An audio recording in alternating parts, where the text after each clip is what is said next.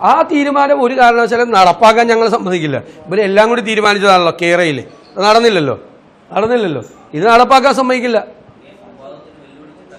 അല്ല, ഞാൻ തയ്യാറാണല്ലോ. ഞാൻ പ്രതിപക്ഷ നേതാവ് എന്നുള്ള നിലയിൽ ഒരു മന്ത്രി എന്നെ സംവാദത്തിൽ വെല്ലുവിളിച്ചാൽ ഞാൻ മുഖ്യമന്ത്രിയുമായിട്ട് ഈ വിഷയത്തിൽ സംവാദം നടത്താൻ ഞാൻ തയ്യാറാണ്. സ്ഥലവും തീയതിയും ഗവൺമെന്റ് തീരുമാനിച്ചാണ്. ഞാൻ ആരെയും വെല്ലുവിളിക്കാറില്ല. ഞാൻ ഇന്നുവരെ ഒരാളെയും സംവാദത്തിന് ഞാൻ വെല്ലുവിളിക്കാറില്ല. ഇന്നുവരെ വെല്ലുവിളിച്ചിട്ടില്ല. പണ്ടും തോമസ് ഐസക്ക് ഞങ്ങളെയാണ് വെല്ലുവിളിച്ചത്.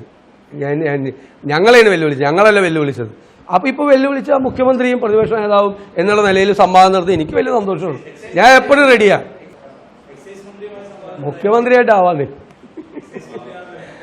അല്ല, അദ്ദേഹം തീരുമാനിച്ചോട്ടെ. മുഖ്യമന്ത്രിയോട് സംസാരിച്ചിട്ട് മുഖ്യമന്ത്രിയും പ്രതിപക്ഷ നേതാവും തമ്മിലുള്ള സംവാദത്തിന്റെ ഡേറ്റും സമയവും തീരുമാനിച്ചോട്ടെ. ഇത് വാശി പിടിച്ചത് ചെയ്യുന്നത് മുഖ്യമന്ത്രിയാണല്ലോ. അപ്പൊ മുഖ്യമന്ത്രി മറുപടി പറയണ്ടേ?